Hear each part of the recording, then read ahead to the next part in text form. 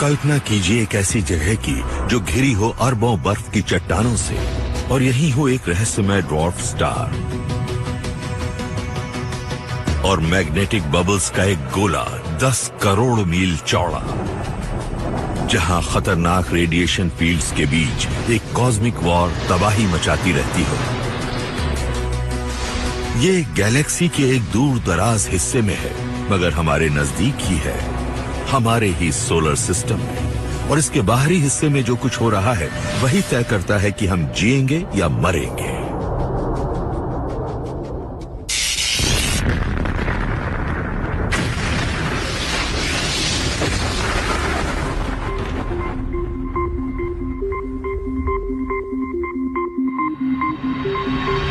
पिछली सदी के दौरान यूनिवर्स के बारे में हमारी समझ में जबरदस्त बढ़ोतरी हुई है। हमने अपनी गैलेक्सी में अरबों तारे ढूंढे हैं और यूनिवर्स में अरबों नई गैलेक्सी भी खोज डाली है। हमने ब्लैक होल्स में से कॉस्मिक जेट्स निकलते देखे हैं, फटते हुए डेथ स्टार्स, और दूर दराज सोलर सिस्टम्स में हमने नए प्लैनेट्स भी देखे हैं। लेकिन जब बात आती है हमारे अपने कॉस्मिक जिप कोड की, तो हम इसके बारे में बहुत कम ही जानते हैं। हम स्पेस को स्टडी करते हैं और हमारे सबसे करीब है हमारा सोलर सिस्टम, तो इसे ही हमें सबसे अच्छे ढंग से समझना चाहिए। लेकिन शायद हमने ऐसा करने की अभी शुरुआत ही की है, हम उसके बारे में ज्यादा कुछ नहीं जानते। ये सोलर सिस्टम हमारा घर है, ये हमारा पड़ोस है, पर शायद आपको ये जानकर हैरानी हो कि हमें ये भी नहीं मालूम कि इसका दायरा कितना है। बचपन में मुझे सिखाया गया था कि जहाँ प्लैनेट्स हैं वहीं तक सोलर सिस्टम है, तो उस समय प्लूटो सबसे दूर वाला प्लैनेट था, यानी सोलर सिस्टम बस वहीं तक था। पर पता चला कि ये बात तो बिल्कुल गलत है। अगर आप सोचते हैं कि जहाँ तक प्लैनेट्स हैं वहीं तक सोलर सिस्टम है, यानी जहाँ नेपच्यून और प्लूटो हैं, तो मेरा मानना है कि आप काफी कुछ मिस कर रहे हैं। हमें अभी अभी एक हैरत अंगेज बात पता चली है। जहां हमारे प्लैनेट्स खत्म होते हैं, 90% से ज्यादा हमारा सोलर सिस्टम वहां से शुरू होता है। जब तक सूरज की रोशनी वहां तक पहुंचती है, बहुत कमजोर हो चुकी होती है। लेकिन हम जानते हैं कि वहां कुछ है जहां से पृथ्वी पर मेहमान आते रहते हैं। ये हैं कॉमेट्स। कहा जाता है कि ये कॉमेट्स नेपच्यून की ऑर्बिट से भी परे से एक रहस्यमय डिस्क से आते रहे हैं, लेकिन किसी को नहीं लगता था कि ये बात साबित होगी। काइपर बेल्ट सिर्फ थियरी में मौजूद थी, इसके बारे में बस अंदाजा ही था, पर यह भी माना जाता था कि इसे देखना बहुत ही मुश्किल होगा। इस चीज की चौड़ाई 100। ऑब्जर्वेटरी के एस्ट्रोनॉमर्स की टीम ने इस बात को गलत साबित करने का फैसला किया। मैं चीजें जमा करता रहता हूँ। ये वो नोट्स हैं जो हमने ऑब्जर्वेशन के दौरान बनाए थे। मैं एक नोटबुक में बहुत कुछ लिखता रहता था ताकि पहाड़ की चोटी पर हो रही हर बात का ट्रैक रख सकूं। यहाँ उस 220 सेंटीमीटर के टेलीस्कोप का नाम लिखा हुआ है मौना केआ। इसे रस्ट बकेट भी कहा जाता था। इस टेलीस्कोप को देखने वालों को लगता था कि ये कितनी बेकार चीज है। ब्राउन कलर होने की वजह से लगता था इस पर जंग लग गया है, यानी ये टेलीस्कोप बहुत ही बदसूरत लगता है, पर अपने काम के लिए हम इसे ही इस्तेमाल करते हैं। अगर ये प्लैनेट्स से आगे कोई चीज, इनमें से कुछ आइसबर्ग काले हैं, राख से ढके हुए, यानी हम इन्हें काइपर बेल्ट वाली चीजों जैसा ही मान सकते हैं। मैं उस चीज के करीब जाना चाहता था, लेकिन मेरे गाइड ने मुझे बताया कि वो बहुत बड़ा है, हम उसके करीब नहीं जा सकते, वो पलट जाएगा। हमें ये आइसबर्ग मिल गया जो काफी डार्क है, तो जरा इसी को देखते हैं। देखिए, ये बाहर से काफी काला है। कॉमेट भी काले ही होते हैं, हालांकि वो इससे भी ज्यादा काले होते हैं। हमें लगता है कि कॉमेट्स आमतौर पर एस्फाल्ट से, टार से भी काले होते हैं। कॉमेट्स इसलिए काले होते हैं क्योंकि सूरज उन्हें झुलसा देता है। तो ये काली चीज आती कहां से है? ये राख तो नहीं है। लेकिन जब हम जानते हैं कि कॉमेट्स में काफी ऑर्गेनिक मॉलिक्यूल्स होते हैं, यानी कार्बन वाले मॉलिक्यूल्स, और जब इन चीजों में अल्ट्रावायलेट रेडिएशन और कॉस्मिक रेस से धमाका होता है, तो ये झुलस जाते हैं और उससे काले हो जाते हैं। तो ये ऐसे ही है जैसे आप मांस के किसी टुकड़े को लेकर उसे बारबेक्यू पर काफी वक्त के लिए छोड़ दें और वो जलकर काला हो जाए। कॉमेट्स के साथ भी ऐसा ही होता रहता है। काइपर बेल्ट वाली चीजें भी ऐसी ही होती है। ये छोटी होती हैं और स्पेस के अंधेरे बैकग्राउंड में घुल मिल जाती है। इन चीजों की स्टडी के साथ दिक्कत यह है कि इनको देखना बहुत ही मुश्किल होता है। इसके लिए बहुत बड़े टेलीस्कोप की जरूरत पड़ती है। काइपर बेल्ट वाली बिल्कुल स्याह चीजें करीब आधे दशक तक छिपी रहीं। फिर गर्मियों की एक रात ज्वेट और उनकी टीम को कुछ नजर आया और बस उसके बाद सोलर सिस्टम हमेशा के लिए बदल गया। ये वो लॉग शीट और वो नोट्स हैं जो हम ऑब्जर्वेशन के दौरान बनाते हैं। 29 अगस्त सन 1992 हमने शुरुआत आम ढंग से की। हमने टेलीस्कोप से मिली तस्वीरों को देखना शुरू किया और हमें ये चीज पहली बार दिखी। ये इकलौता छोटा सा बिंदु आसमान में बहुत धीरे धीरे आगे बढ़ रहा था। इसके धीमे पाथ ने ये दिखाया कि ये सूरज का चक्कर लगा रहा था, लेकिन एक ऐसे ऑर्बिट में जो इसे प्लैनेट से बहुत आगे ले गया, और ये ऑर्बिट इसे रहस्यमय काइपर बेल्ट में पहुंचा रहा था। ये आसमान में बहुत धीमी रफ्तार से आगे बढ़ रहा था, इसीलिए ये बहुत दूर था। इसकी धीमी रफ्तार की वजह से हम फौरन जान गए कि ये तब तक सोलर सिस्टम में दिखने वाली सबसे दूर वाली चीज थी। यहाँ इस नोट में लिखा है SMO, स्लो मूविंग ऑब्जेक्ट, साथ में क्वेश्चन मार्क भी बनाया हुआ है। यानी ये काइपर बेल्ट की डिस्कवरी थी जो 3 अक्षरों में लिखी थी।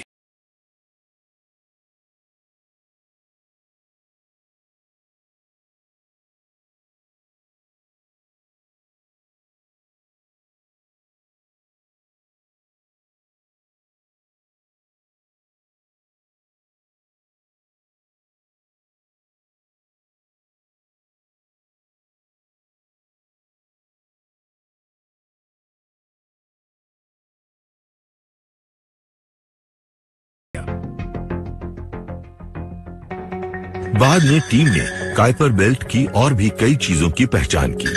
इन्होंने कैलकुलेट किया कि अरबों ऐसी चीजें एक बड़ी सी डिस्क में सूर्य का चक्कर लगा रही होंगी। हमारे पास ये पहला सबूत था कि हमारे सोलर सिस्टम में हमारे लिए बड़े बड़े सरप्राइजेज मौजूद थे। हमारे मुताबिक सोलर सिस्टम की जो सीमा थी वो अब बहुत बढ़ गई थी। काइपर बेल्ट की पहली चीज की खोज एक बहुत ही शानदार कामयाबी थी। ये इस बात का सबूत था कि सोलर सिस्टम में बहुत सारी चीजें मौजूद थीं जिनके बारे में हम पहले अंदाजा ही लगाते थे, लेकिन फिर ये वाकई मिली। हमें तो यूं लगा जैसे एक पूरा का पूरा प्लेनेट ही हमने खोज लिया हो।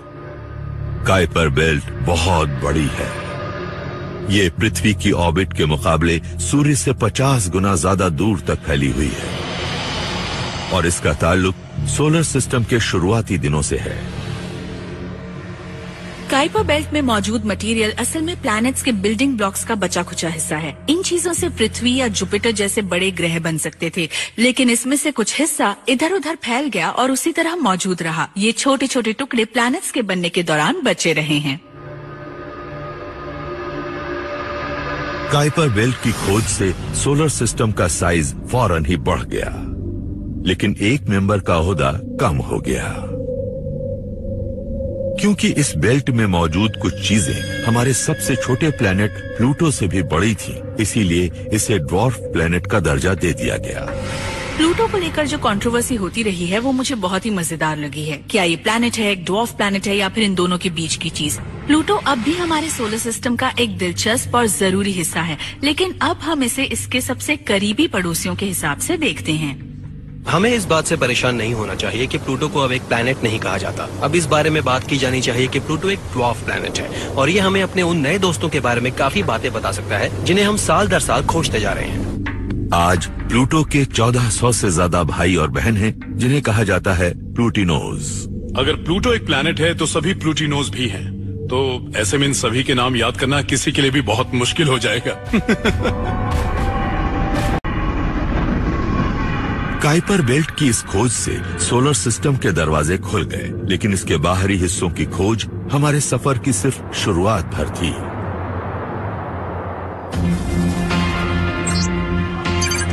काइपर बेल्ट बहुत बड़ी है, लेकिन अगर आप सोचते हैं कि काइपर बेल्ट का छोर ही हमारे सोलर सिस्टम का छोर है, तो फिर ये आपकी सोच से कहीं ज्यादा बड़ा है।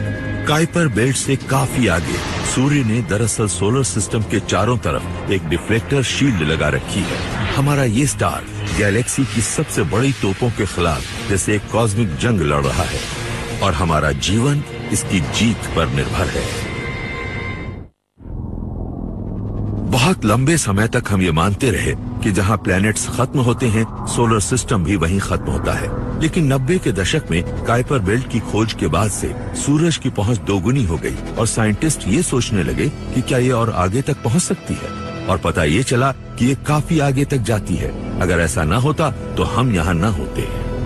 अगर आप इस कमरे में एक गाइगर काउंटर रखें तो वो क्लिक करेगा, लेकिन यही गाइगर काउंटर स्पेस में कहीं ज्यादा क्लिक करेगा। ये कॉस्मिक रेज कहलाने वाले एक खतरनाक रेडिएशन का पता लगा रहा है। कॉस्मिक रेज असल में हीलियम एटम्स, प्रोटॉन्स और इलेक्ट्रॉन्स के न्यूक्लियाई जैसे सब एटॉमिक पार्टिकल्स होते हैं, जो करीब करीब रोशनी की रफ्तार से स्पेस में से गुजर रहे होते हैं। ये हजारों लाइट ईयर्स तक सफर करते रह सकते हैं और पता चला है कि ये यहाँ पृथ्वी तक भी पहुँच जाते हैं। कॉस्मिक रेज गैलेक्सी में काफी अंदर मौजूद फटते हुए तारों से निकलती है और जीवन इनके सामने ठहर नहीं सकता। ये इलेक्ट्रॉन्स को फाड़ सकती हैं, ये सेल्स की केमिकल बनावट को बदलकर म्यूटेशंस कर सकती हैं, ये तो किसी की जान भी ले सकती हैं। अगर बिना किसी बचाव के पृथ्वी पर लगातार कॉस्मिक रेज बरसती रहें, तो यकीन से नहीं कह सकते कि जीवन के एडवांस्ड फॉर्म्स कायम रह पाएंगे या नहीं। लेकिन हमारी तरफ आ रही बहुत कम कॉस्मिक रेज ही हमसे टकरा पाती है। जाहिर है कि यूनिवर्स से हमारी तरफ आ रही कॉस्मिक रेज के पूरे हमले से कोई चीज हमें बचा रही है। असल में हमारे सूर्य ने ही एक डिफ्लेक्टर शील्ड बनाई है जो स्पेस में करीब 14 अरब किलोमीटर में फैली है। इसके लिए यह इस्तेमाल करता है अपनी सोलर विंड।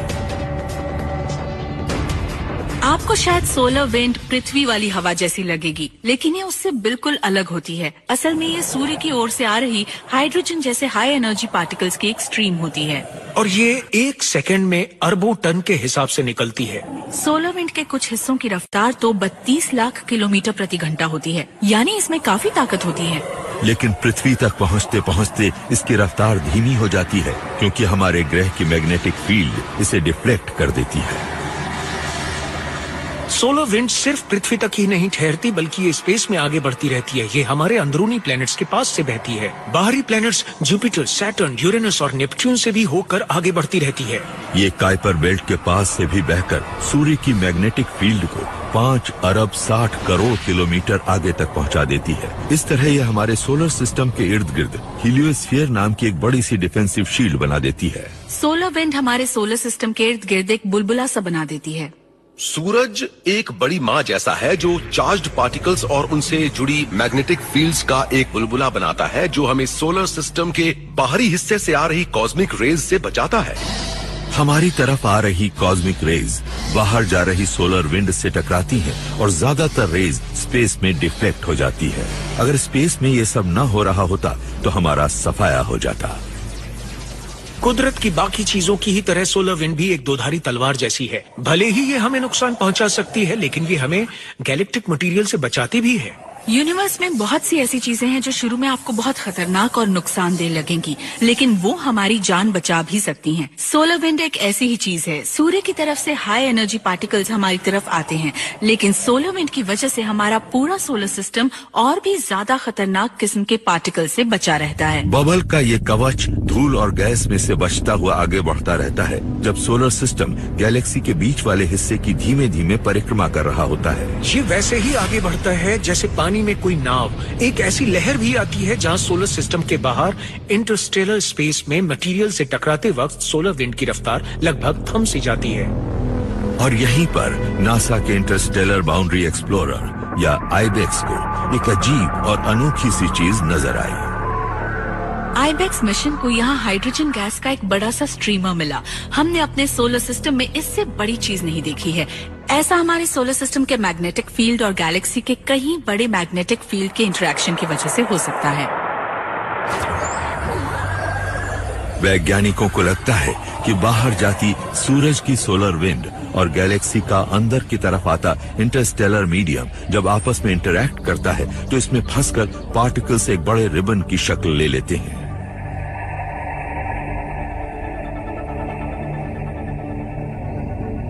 ये रिबन करीब 160 अरब किलोमीटर लंबा है, यानी ये हमारे सोलर सिस्टम में सबसे बड़ी चीज है। हमारे सोलर सिस्टम के छोर पर मौजूद इन बड़े बड़े स्ट्रक्चर्स के बारे में जानकर बहुत अच्छा महसूस होता है, क्योंकि इनकी उम्मीद किसी ने नहीं की थी। तो जिन चीजों की उम्मीद ना की गई हो उन्हें देखकर ही हम सीखते हैं और ऐसे ही साइंस आगे बढ़ती है।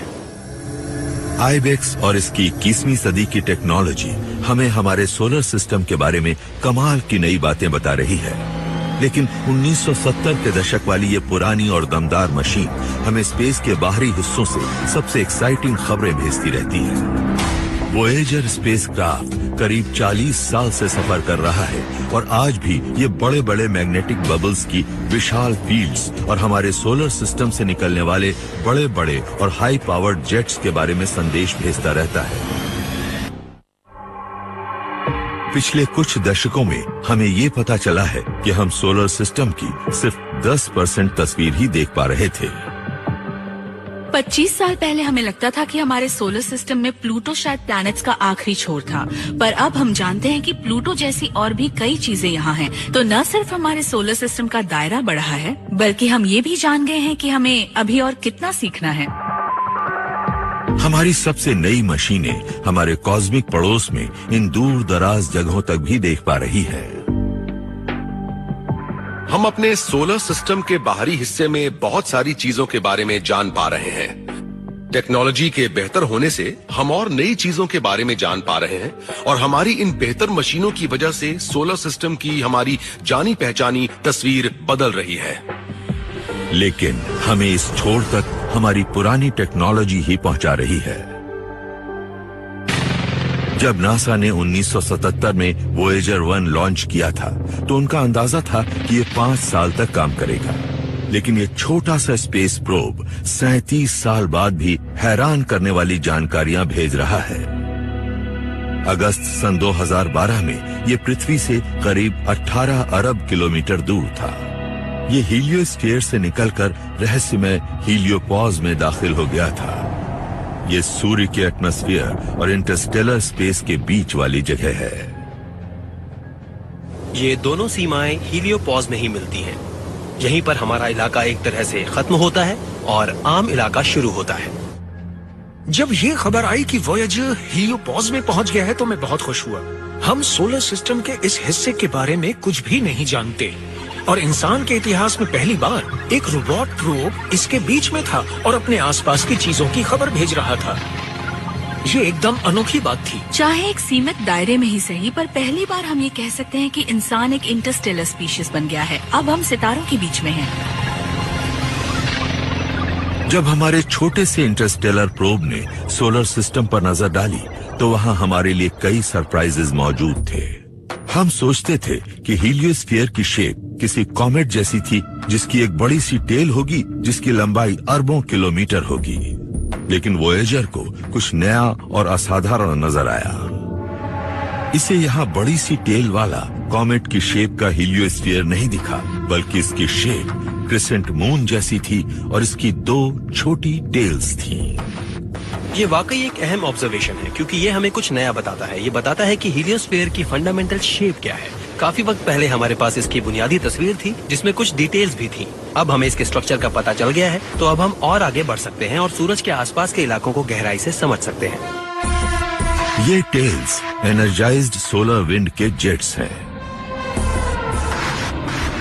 इन जेट्स की वजह होती है गैलेक्सी के बैकग्राउंड मैग्नेटिक फील्ड के बीच की टेंशन या इंटरैक्शन और बहुत ही तेज रफ्तार वाले चार्ज पार्टिकल्स जो सूरज से आते हैं। वोयेजर ने सूरज के असर वाले छोर के बारे में भी एक हैरान करने वाली खबर भेजी।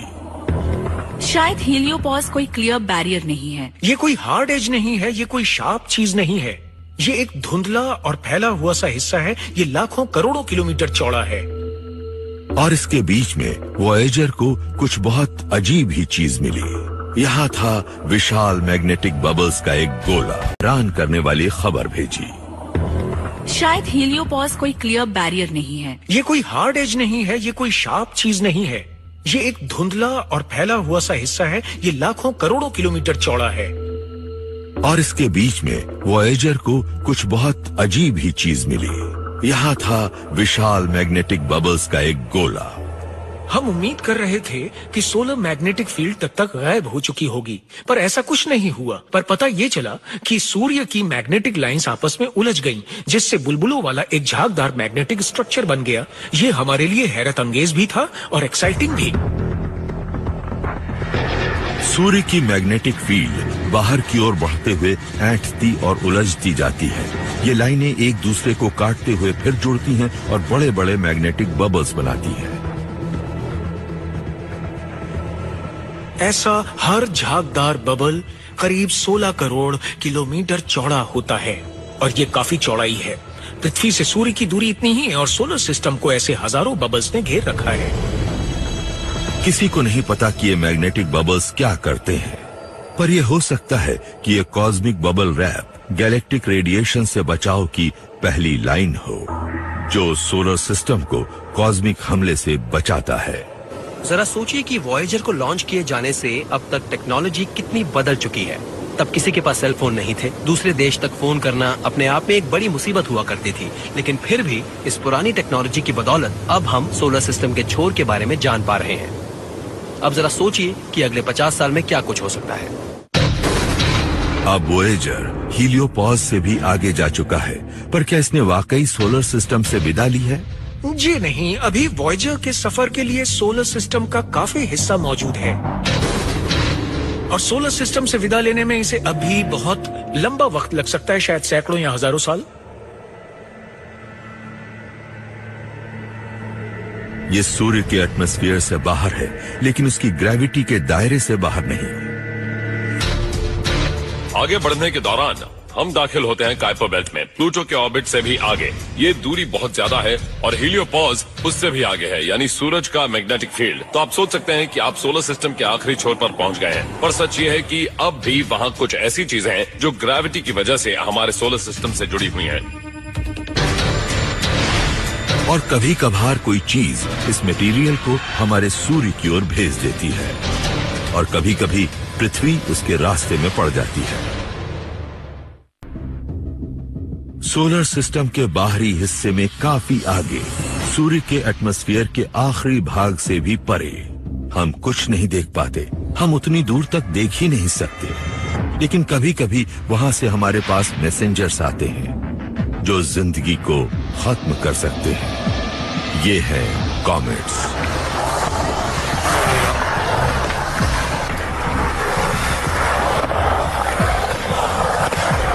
कॉमेट्स दो तरह के होते हैं, एक तो वो जिन्हें कहा जाता है शॉर्ट पीरियड कॉमेट्स और दूसरे जो कहलाते हैं long period comets. Short period comets Kuiper belt से आते हैं। ये स्पेस जंक की वो डिस्क है जो हमारे प्लैनेट्स से आगे मौजूद है। ये सोलर सिस्टम के इर्द गिर्द छोटे छोटे चक्कर काटते रहते हैं। ये 200 साल या इससे कम के रेगुलर इंटरवल्स पर लौटते हैं। लेकिन लॉन्ग पीरियड कॉमेट्स थोड़े रहस्यमय होते हैं। लॉन्ग पीरियड कॉमेट्स हर 1000 साल या शायद 10 लाख साल के बाद भी लौट सकते हैं। और सर्कल्स में आने वाले शॉर्ट पीरियड कॉमेट्स के उलट ये लॉन्ग पीरियड कॉमेट जब प्लंजिंग ऑर्बिट्स में आते हैं तो ये हर जगह और हर दिशा में गिर सकते हैं। इससे पता चलता है कि ये किसी और जगह से आते हैं। हमें लगता है कि लॉन्ग पीरियड कॉमेट्स कहीं ज्यादा दूर जगह से आते हैं, किसी बहुत दूर की चीज के किसी स्फेरिकल क्लाउड से जो अक्सर सूरज की तरफ गोता लगाते रहते हैं। जब कोई कॉमेट करीब आता है तो सूर्य उसे गर्म करता है, बर्फ से गैस बनती है और कॉमेट का मास घट जाता है। धीरे धीरे ये कॉमेट्स खत्म हो जाएंगे, पर फिलहाल तो ये बार बार आते ही रहते हैं। इसका मतलब ये हुआ कि इनका बड़ा सा भंडार कहीं मौजूद है। लेकिन ये भंडार है कहाँ? ये कहाँ से आ रहे हैं? इन अजीब कॉमेट्स के बारे में ये कहा जा सकता है कि शायद ये हमारे सोलर सिस्टम से नहीं है। शायद गैलेक्सी ऐसे बर्फीले टुकड़ों से भरी पड़ी है और कभी कभार हम पर बरसती रहती है, पर शायद ये सोलर सिस्टम के किसी और हिस्से से ही यहाँ आते हों। हो सकता है कि पूरा सोलर सिस्टम ही अपने क्रिएशन के शुरुआती दिनों में बचे मलबे की एक बॉल से घिरा हो, यानी ओट क्लाउड के जेनस सुपर कंप्यूटर से। इस तरह के सुपर कंप्यूटर्स में हजारों प्रोसेसर्स और लाखों कंप्यूटिंग कोर्स होते हैं। इस तरह की मशीन से एक सेकंड में 100 खरब से भी ज्यादा कैलकुलेशंस की जा सकती हैं। और इसकी जरूरत है। अगर हम अरबों साल के दौरान हुए लाखों करोड़ों कॉमेट्स के विकास को समझने की कोशिश कर रहे हैं, तो जो काम इस मशीन से हो सकता है, कागज और कलम से कभी नहीं हो सकता। सुपर कंप्यूटर का इस्तेमाल करके एस्ट्रोनॉमर्स नजर न आने वाले विशाल ओट क्लाउड की एक तस्वीर को जोड़ना शुरू कर सकते हैं, और शुरुआत उसी से होगी जो दिखेगा, यानी वो कॉमेट्स जो सूरज की तरफ तेजी से बढ़ते हैं। किसी कॉमेट के सामने आने तक हमें कोई ओट क्लाउड दिखाई नहीं देता, तो हमें यह अंदाजा लगाना होता है कि कब ऐसा कोई क्लाउड एकदम सही तरीके से आएगा जो सूरज के नजदीक से गुजरेगा, ताकि हम उसे देख सकें। फिर हम उल्टी दिशा में काम करते हुए ये बता सकते हैं कि हर 10 साल में इस साइज का करीब एक कॉमेट नजर आता है, और शायद ऐसे ही विशाल है कि अगर आप सूर्य से सभी प्लैनेट्स को हटा दें तो भी ओट क्लाउड को कोई फर्क नहीं पड़ेगा। तो आखिर इस क्लाउड की आइसी बॉडीज यहाँ तक पहुंची कैसे? ओट क्लाउड को आप यूं समझ सकते हैं कि ये प्लैनेट्स के वो टुकड़े हैं जो कभी इस्तेमाल नहीं हुए। ये उनके बनने के बाद बचा हुआ मलबा है। ओट क्लाउड से असल में कुछ बनना नहीं था। ओट क्लाउड तब बनते हैं जब वो बड़े बड़े प्लैनेट्स बनने की कोशिश तो करते हैं, लेकिन बन नहीं पाते। इसके बजाय 0.6 अरब साल पहले हमारे सूरज में विस्फोट हुआ। इस नए स्टार के चारों तरफ धूल और गैस का एक बादल मंडराने लगा। फिर ग्रेविटी ने अपना असर दिखाया। उसने गैस, धूल, बर्फ और चट्टानों को अपनी तरफ खींचकर प्लैनेट बनाए। प्लैनेट मटेरियल के छोटे छोटे टुकड़ों से वजूद में आए, जैसे कि चट्टानें और बर्फ वगैरह, और ये चीजें वक्त के साथ साथ जुड़ती गईं। ये घूमता और आपस में टकराता मैटर एस्ट्रॉइड बेल्ट में चट्टानी मलबे और काइपर बेल्ट में बर्फ की शक्ल में बचा रहा। फिर नेपट्यून और यूरेनस ने अपना असर दिखाते हुए इस मलबे को और फैला दिया। लेकिन जरा सोचिए कि जब ग्रेविटी के असर की वजह से तरह तरह की छोटी चट्टानें एक साथ गिरने लगती हैं तो क्या होता है? इनमें से कुछ प्लैनेट के इर्द गिर्द घूमकर स्पेस में बिखर जाती हैं। इनमें से ज्यादातर चीजें हमेशा के लिए सोलर सिस्टम से बाहर निकल जाती हैं, लेकिन जो लाखों साल के इस बड़े से लूपिंग ऑर्बिट में शामिल नहीं होती, वही होता है ओट क्लाउड। खरबों आइसी रॉक्स, चारों दिशाओं में फिर चीजें हमेशा बर्फीले बादल में टिकी रहकर दूर दराज मौजूद सूर्य का चक्कर लगाती हैं, लेकिन इनमें से कुछ अलग हो जाती हैं और सूर्य की ग्रेविटी उन्हें वैसे ही अपनी तरफ खींचती है जैसे लौ पतंगे को। ऐसा कोई कॉमेट आपके नजदीक आ सकता है और आपको इसका पता भी नहीं चलेगा।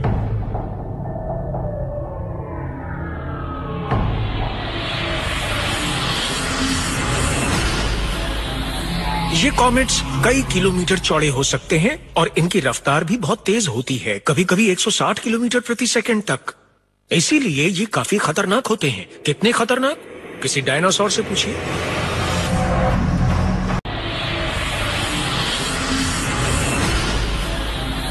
ये कॉमेट्स कई किलोमीटर चौड़े हो सकते हैं और इनकी रफ्तार भी बहुत तेज होती है, कभी कभी 160 किलोमीटर प्रति सेकंड तक। इसीलिए ये नुकसान पहुंचा सकती है। लेकिन अंदरूनी सोलर सिस्टम में आने वाले ये ओट क्लाउड कॉमेट्स बहुत बड़े होते हैं, और आप अंदाजा लगा सकते हैं कि अगर ऐसी कोई चीज 50 से 80 किलोमीटर चौड़ी हो तो उसका असर पूरी दुनिया पर होगा। और हमें शायद इसके आने का पता ही ना चले, क्योंकि हमें अंदाजा ही नहीं होगा कि ओट क्लाउड से निकलकर कौन सी चीज हमारी तरफ आ रही है। दूरी पर मौजूद हमारा ये दुश्मन शायद सोलर सिस्टम का सबसे गहरा राज हो सकता है। हमारे सूर्य जैसा ही एक और गोला, हमारे सोलर सिस्टम में मौजूद एक दूसरा स्टार, हमारा दुश्मन। हम अब तक प्लैनेट से करीब 15 खरब किलोमीटर दूर तक के बारे में सोलर सिस्टम की जानकारी रखते हैं, लेकिन हम अब भी अंधेरे में ही हाथ पैर मार रहे हैं। कार्ल सेगन ने कहा था कि अब हम मैजेलन के युग में हैं, कोलंबस के युग में नहीं। यानी कि अब हम सोलर सिस्टम की बुनियादी आउटलाइंस को जानते हैं, हम प्लैनेट्स को जानते हैं, हम ये जानते हैं कि एक काइपर बेल्ट और एक ओट क्लाउड मौजूद है, लेकिन हमें इसकी डिटेल्स नहीं मालूम। हम इन जगहों तक पहुंचे भी नहीं हैं। हम तो बस इन जगहों का मैप बनाने की कोशिश कर रहे हैं। हमने ये पता लगा लिया है कि ओट क्लाउड में करीब 2 खरब चीजें मौजूद हैं, और ये सोलर सिस्टम के बनने के दौरान बचे मलबे का एक गोला है, और कभी कभार इनमें से एक हमारी तरफ बढ़ा चला आता है। एक बड़ा सवाल ये है कि अचानक ऐसी कोई चीज हमारी तरफ क्यों आती है, इसकी वजह क्या है, कौन सी बात उन्हें मजबूर करती है कि वो नीचे गिरते हुए भीतरी सोलर सिस्टम में पहुंचते हैं। इसके लिए कई बातें जिम्मेदार। हम सितारों पर नजर डालें तो उनमें से ज्यादातर हमें बाइनरी पेयर्स में दिखते हैं। कुछ मामलों में ये बहुत दूर हो सकते हैं, इन्हें एक दूसरे का चक्कर लगाने में लाखों साल भी लग सकते हैं। ऐसे में एक सवाल उठता है कि क्या सूर्य का भी कोई ऐसा साथी है जो हमें अभी तक नहीं मिला क्योंकि वो बहुत दूर है। ये सोचना इंटरेस्टिंग हो सकता है कि फिलहाल हमारे सूर्य का कोई भाई या बहन है कि नहीं, क्योंकि हम जानते हैं कि 100 अरब तारों वाली हमारी गैलेक्सी में आधे से ज्यादा स्टार बाइनरीज, ट्राइनरीज या क्वांटरनरी सिस्टम्स वाले हैं, इसलिए इकलौते तारे के होने के आसार कम ही हैं। और कहीं ये दूर दराज स्टार ही तो ओर्ट क्लाउड को डिस्टर्ब करने के लिए जिम्मेदार नहीं है। होता यह है कि हर 2 करोड़ 60 लाख साल में ये binary star partner Oort cloud से होकर गुजरता है। ये ऑर्बिट्स को अपसेट करके कॉमेट्स को हर दिशा में फैला देता है, जिससे उनमें से कुछ भीतरी सोलर सिस्टम में आकर पृथ्वी। लेकिन नेमेसिस थियरी की अपनी कुछ समस्याएं हैं। ऐसा हो सकता है कि ओर्ट क्लाउड से गुजरते किसी रहस्यमय तारे की ग्रेविटी वक्त वक्त पर कॉमेट्स को सूरज और पृथ्वी की तरफ भेज सकती है। लेकिन अगर हमारे सूरज का कोई साथी तारा है तो उसे दिखना चाहिए। तो आपको लगेगा कि ये नेमेसिस स्टार तो आसानी से दिखना चाहिए क्योंकि सितारे चमकदार होते हैं, लेकिन यहाँ आइडिया ये है कि शायद नेमेसिस एक ड्वार्फ स्टार है, शायद ये एक ब्राउन ड्वार्फ है, तो ये बहुत छोटा होगा और इसीलिए ये ज्यादा चमकदार भी नहीं होगा। एक ब्राउन ड्वार्फ कोई स्टार या प्लेनेट नहीं होता, ये उनके बीच की चीज है, एक ऐसा तारा जो वजूद में ही नहीं आया। तारों में तब विस्फोट होता है जब ग्रेविटी हाइड्रोजन गैस के विशाल बादलों को आपस में टकराकर जबरदस्त प्रेशर और टेम्परेचर पैदा करती है। लेकिन अगर गैस काफी नहीं होगी तो फिर इतनी ग्रेविटी भी नहीं होगी कि इतना जबरदस्त धमाका हो सके। ऐसे में ये कोई स्टार नहीं बनता। दूसरी तरफ ये जुपिटर से कहीं ज्यादा बड़ा है, जिसका मास हमारे सूर्य का सिर्फ 1/1000 है। ये चीजें गर्म होती हैं, लेकिन स्टार्स की तरह इनमें धमाका नहीं होता। इन्हें देखना मुश्किल होता है क्योंकि ये चमकदार नहीं होते, लेकिन इनमें काफी ज्यादा मास मौजूद हो सकता है। तो क्या कहीं कोई ऐसा ब्राउन ड्वार्फ हो सकता है जो समय समय पर हमारी तरफ कॉमेट्स को भेजता रहता है? इतनी दूरी पर मौजूद किसी ब्राउन ड्वार्फ को हम नहीं देख पाएंगे, लेकिन ये इतना गर्म तो होना चाहिए कि इंफ्रारेड के जरिए इसे ढूंढा जा सके। इंफ्रारेड टेलीस्कोप्स के जरिए आप किसी चीज की गर्मी का पता लगा सकते हैं, भले ही इसमें से रोशनी ना निकल रही हो। तो बेशक ब्राउन ड्वार्फ में से रोशनी निकलती दिखाई ना दे, लेकिन इसमें से गर्मी तो काफी निकलनी ही चाहिए। ऐसे मिशन आयोजित किए गए हैं जिन्होंने पूरे आसमान का सर्वे किया, और अगर सूर्य के आसपास 4 अरब साल पुराना कोई ब्राउन ड्वार्फ होता तो वो जरूर नजर आ जाता। तो अभी तक कोई नेमेसिस नहीं मिला है। तो अगर कोई दुश्मन स्टार वहाँ मौजूद नहीं है तो क्या कोई और चीज ओर्ट क्लाउड के साथ छेड़खानी कर रही है? ये भी हो सकता है कि कोई पृथ्वी के आकार वाला बड़ा सा प्लेनेट मौजूद हो और वो नेपच्यून से काफी दूर चक्कर लगा रहा हो। लेकिन इतनी दूर मौजूद किसी प्लेनेट का पता लगाना किसी ड्वार्फ स्टार का पता लगाने से कहीं ज्यादा मुश्किल है। कोई प्लेनेट सूर्य से जितना दूर होगा उसकी रोशनी उतनी ही कम होगी और उसे देखना उतना ही मुश्किल होगा। तो पृथ्वी के मास वाला कोई प्लेनेट अगर सूर्य से कई अरब किलोमीटर दूर होगा तो फिलहाल हमारे टेलीस्कोप को नजर ही नहीं आएगा।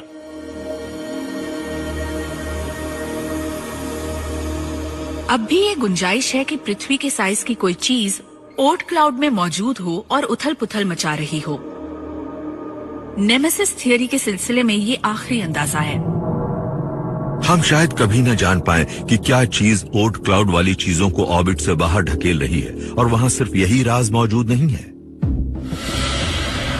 हमें अब भी नहीं पता कि सोलर सिस्टम कहाँ खत्म होता है। सोलर सिस्टम के छोर को ढूंढने से हम सोलर सिस्टम को समझने से जुड़े बड़े राज को सुलझा पाएंगे। जब तक वो छोर नहीं मिलेगा तब तक उसके साइज का पता कैसे चलेगा? शायद सबसे बड़ा राज ये है कि हमारे सूर्य में मटेरियल कुछ ज्यादा ही है। ये कॉस्मॉस से कुछ ज्यादा ही सक्रिय नजर आ रहा है। ये हो सकता है कि हमारा सूर्य एक चोर है जिसने कॉस्मॉस में अपने भाइयों और बहनों से मैटर चोरी किया है। लेकिन ये अतिरिक्त मैटर शायद तब हमारी जान बचाएगा जब सूर्य के तेवर हम पर तीखे हो जाएंगे। 25 साल पहले हमारे हिसाब से सोलर सिस्टम में 9 प्लैनेट्स थे और ये करीब 11 अरब किलोमीटर में फैले हुए थे। लेकिन अब हम ये जानते हैं कि ये इलाका 1000 गुना ज्यादा बड़ा है। इसका फैलाव 3 लाइट ईयर्स से भी ज्यादा है और हर बार ये हमें पहले से ज्यादा बड़ा दिखाई देता है। ये सचमुच बहुत विशाल है। न जाने कैसे इसमें मैटर कुछ ज्यादा ही है। थियरी में तो हम ये कैलकुलेट कर सकते हैं कि जब सोलर सिस्टम बना होगा तो कितने कॉमेट्स का निर्माण हुआ होगा। फिर हम ओर्ट क्लाउड से आने वाले इन कॉमेट्स की संख्या से पता लगा सकते हैं कि वहाँ कितने कॉमेट्स और होंगे। लेकिन इन दोनों संख्याओं में बहुत फर्क है। सूर्य के साथ जितने कॉमेट्स बने उनकी तादाद हमारे अंदाजे वाली संख्या से कहीं ज्यादा कम है। ओर्ट क्लाउड में इतना ज्यादा मटेरियल है कि उससे सिर्फ एक औसत आकार का स्टार ही नहीं बनेगा। इन दोनों संख्याओं के बीच का फर्क तभी कम हो सकता है अगर सूर्य ने शुरुआती दौर में मैटर चुराया हो। 5 अरब साल पहले एक सुपरनोवा फटा था और उसने धूल और गैस के बड़े बादल में एक शॉक वेव भेजी थी। इससे बादल कंप्रेस हुआ और डेंस गैस वाले इलाके बने। ये थी तारों की नर्सरी। गैस की सैकड़ों पॉकेट्स अपनी ही ग्रेविटी के जोर से खत्म हो गई और उनसे जन्म हुआ सैकड़ों तारों का। हमारा मानना है कि सूर्य बना अपने भाइयों और बहनों के क्लस्टर से और सूर्य शायद 400 या 500 दूसरे तारों के एक क्लस्टर में बना था। अगर आप इन बनते हुए तारों की तस्वीरें लें तो ये अपने बीच मौजूद दूरी के हिसाब से बहुत छोटे लगेंगे, लेकिन इनका कॉमेट्स वाला अपना बादल बहुत बड़ा होता है, तो एक दूसरे से कॉमेट्स को चुराना मुमकिन है। सूर्य स्मार्ट था और जब ये आगे था तो ये परे हट गया। इससे दूसरे तारों से बहुत से कॉमेट्स मिले और फिर ये अपने रास्ते पर आगे बढ़ गया। इस वक्त जो चीजें काफी दूरी पर पृथ्वी का चक्कर लगा रही हैं, वो शायद उन्हीं कम उम्र अन्य तारों से आई होंगी। कॉस्मोस में एक दूसरे से ये दुश्मनी शायद अब भी जारी हो। हम शायद अपने ही भाइयों और बहनों से चीजों को चुरा रहे हों और वो भी हमारे ओर्ट क्लाउड से शायद ऐसा ही कर रहे हों। सोलर सिस्टम में हमारे ओर्ट क्लाउड के सबसे नजदीक जो स्टार है उसका नाम है अल्फा सेंटोरी। अल्फा सेंटोरी के पास शायद एक और ओर्ट क्लाउड भी है। हो सकता है कि कुछ चीजें इन दोनों तारों के बीच आती जाती रहती हों, तो इन दोनों तारों के बीच में ही शायद हमारे सोलर सिस्टम का आखिरी छोर मौजूद होगा। और इस छोर पर जो कुछ होता है वो हमारे लिए एक बुरी खबर हो सकती है। पृथ्वी पर मौजूद जीवन पर अल्फा सेंटोरी का गहरा असर हो सकता है। ये भी हो सकता है कि इस स्टार और इसके ओर्ट क्लाउड में मौजूद चीजों का हमारे ओर्ट क्लाउड पर तब ग्रेविटेशनल इफेक्ट पड़े जब कोई चीज हमारे सबसे नजदीकी तारे की वजह से यहाँ आ गिरती है। इसका मतलब है कि ये कोई छोर नहीं बल्कि लगातार चलने वाली एक रस्साकशी है। हम इंसानों को तय सीमाएं ज्यादा अच्छी लगती हैं, लेकिन सोलर सिस्टम में ऐसा नहीं होता है। वहाँ सीमाएं गैलेक्सी में घुल मिल सी जाती हैं। ना तो सूर्य अकेला है और ना ही हमारा ओर्ट क्लाउड। हम लगातार इंटरैक्ट करते रहते हैं और इस तरह हम मिल्की वे के कहीं ज्यादा बड़े माहौल के साथ जुड़े होते हैं। और शायद यही धुंधलापन हमें सोलर सिस्टम से बाहर निकालने में मदद करे। जहाँ सोलर सिस्टम खत्म होता है वहीं शायद नई दुनिया की नींव रखी जा सके और हमारे एक नए सफर की शुरुआत हो। हमारे सोलर सिस्टम की बनावट के बारे में जानने से जुड़ी एक दिलचस्प बात यह है कि जब हम इंटरस्टेलर स्पेस में कदम रखेंगे तो वहाँ ऐसी बहुत सी चीजें होंगी जिन्हें हम बतौर रिसोर्स इस्तेमाल कर सकते हैं। वहाँ चट्टानें हैं, बर्फ है। हम वहाँ से गुजरते वक्त अपने स्पेसक्राफ्ट में फ्यूल भर सकते हैं। हो सकता है कि गैलेक्सी का जायजा लेने के दौरान बेहद दूर मौजूद ओर्ट क्लाउड ही वो जगह हो जो इस लंबे सफर में हमारा पड़ाव बन सके। हमें अपने सोलर सिस्टम के बारे में अभी बहुत कुछ सीखना है। हमें बहुत सी नई चीजें ढूंढनी है। जब भी हम यूनिवर्स के बारे में कोई नई जानकारी पाते हैं हैरान हो जाते हैं और ये बात मुझे एक्साइट करती है। हर सुबह अगर मुझे कोई सरप्राइज नहीं मिलता तो मैं सरप्राइज हो जाता हूँ। और जैसे जैसे नई टेक्नोलॉजीज आती जाएंगी नई चीजों को लेकर हमारी समझ भी बढ़ती जाएगी। हम बेहतर टेलीस्कोप्स बना रहे हैं, हम स्पेस में प्रोब्स भेज रहे हैं। हमें अभी बहुत कुछ सीखना है और ये बहुत ही एक्साइटिंग है। यूनिवर्स में मौजूद हमारी ये नई आंखें हमें हमारे सोलर सिस्टम को बिल्कुल एक नए ही रूप में दिखा रही है। हम धीरे धीरे उन पेचीदा कनेक्शंस को आपस में जोड़ रहे हैं जो हमारी जिंदगियों से ताल्लुक रखते हैं और दूर तक फैले यूनिवर्स से भी। यूनिवर्स के बारे में हमने जो भी नई खोज की है उससे पता चलता है कि कोई भी सोलर सिस्टम अपने में अकेला नहीं है। मटेरियल बाहर से आता है, अंदर से आता है, अंदर से बाहर जाता है। और हम जब अपने सोलर सिस्टम के बाहरी किनारों की जांच करते हैं तो उससे सोलर सिस्टम के हमारे मायने बदलते जा रहे हैं। हम अपने प्लेनेट से बाहर निकलकर अपने आसपास के माहौल पर नजर डालना शुरू कर रहे हैं, जो अच्छी बात है। सूर्य दूसरे अरबों खरबों तारों और उनके अपने सोलर सिस्टम के एक बड़े से कोरस में सिर्फ एक आवाज जैसा है। मैं तो ये कहना चाहूंगा कि हम एक बहुत बड़ी आबादी का एक छोटा सा हिस्सा है। ये सोचना कि हमें अपने सोलर सिस्टम में सब कुछ मिल गया है, ये मानना कि हम सब कुछ जानते हैं, ये साइंस के काम का तरीका नहीं है। साइंस तो सीमाओं का और विस्तार करती है। हम लगातार ऐसा कर रहे हैं और अगर 10 साल बाद हमने दोबारा ये प्रोग्राम किया तो मुझे हैरानी नहीं होगी अगर हम नई चीजों के बारे में बात करें।